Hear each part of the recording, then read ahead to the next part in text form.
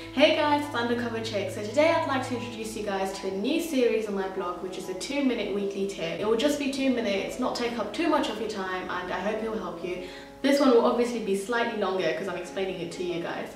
Today I'd like to introduce you guys to something called fenugreek seed, which is used in a lot of Asian dishes. It's good for you externally and internally. So I've written a separate blog post on undercoverchick.com about the uses of fenugreek seed.